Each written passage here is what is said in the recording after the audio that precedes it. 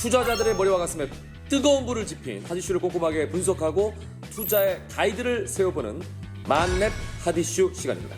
자, 첫 번째 이슈는요. 2023년 7월 4일자 경제신문에 실린 기사 내용으로 확인하시죠. 하반기도 반도체가 주도, 플랫폼 바이오 유망.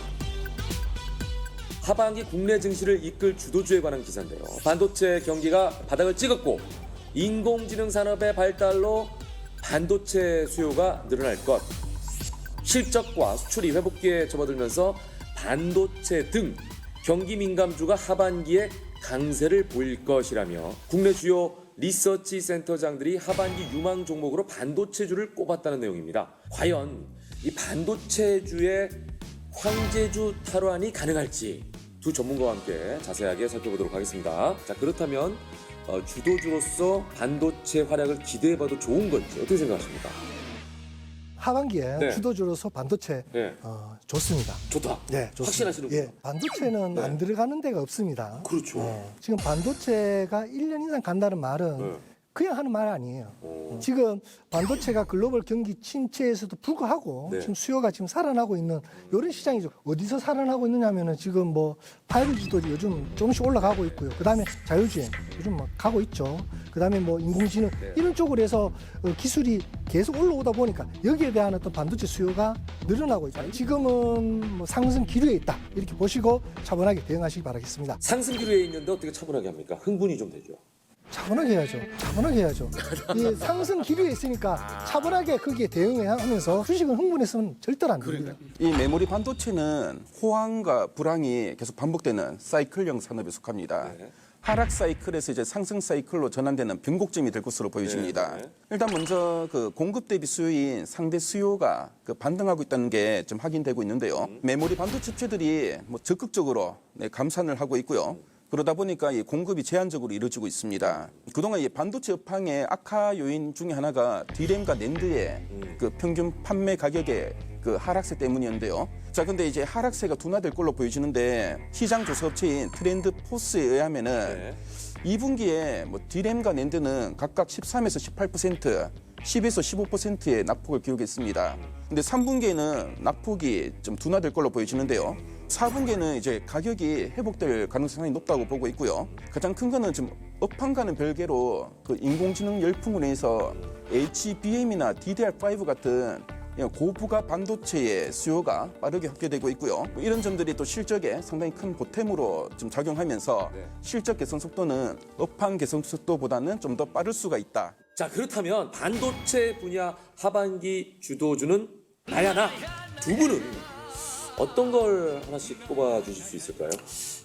뭐니 해도 삼성전자 아니겠습니까? 뭐니 해도 삼성. 주가가 더 이상 더 빠지지 않고 이게 바닥이다 아니다. 이걸 먼저 판단을 해야 됩니다. 2024년에 영업이익이 한 4조 정도로 뻥튀기로 많이 올라갑니다. 예. 그리고 2025년에는 뭐 당연히 한 50조가 넘는 영업이익이 날 것으로 보여져서 예. 지금 1분기 이번에 1분기, 2분기 실적 발표 났죠? 네. 2천억 정도로 이렇게 났습니다. 그래서 예, 예. 지금 뭐 거의 바닥 수준에 있는 지금 주가가 더 이상 더 빠지지 않고 이게 바닥이다 아니다. 이걸 먼저 판단을 해야 됩니다.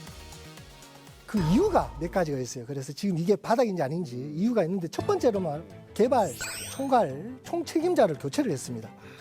그래서 이 3나노급 2세대 지혜의 양산을 2024년으로 앞당기고요. 선제적으로 제품 개발과 신속한 의사결정을 강점을 확보해서 경쟁력을 제고를 하고 있습니다. 두 번째로는 네. DDR4에서 DDR5로 확실하게 넘어가는 시점이지 않을까 이렇게 보여집니다.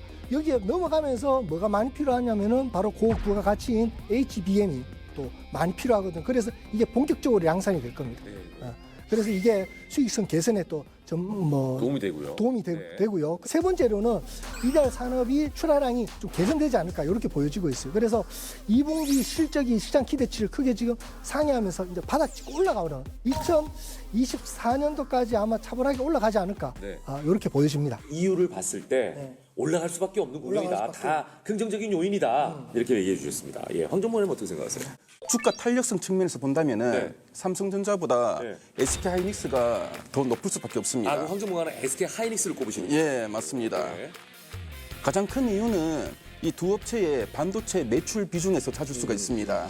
삼성전자의 경우에는 그 지난해 기준 반도체 매출이 전체 매출의 32.6%, 3분의 1 수준이었습니다. 네. 근데 SK하이닉스는 100% 모두 이제 반도체고요. 반도체 말고 스마트폰도 만들고 그런 냉장고, TV도 만들고 다양한 사업을 하는 삼성전자보다는 반도체 업황이 좋아지면은 아무래도 반도체만은 SK하이닉스가 좀 더 주가 민감도가 높을 수밖에 없고 주가가 좀 더 많이 올라갈 수밖에 없다라고 생각됩니다. 네. 제가 여기서 반론을 한번 해드리겠습니다. 당연히 SK하이닉스가 좀 많이 받으면 10만 원대 위에 가 있지 않습니까? 그죠?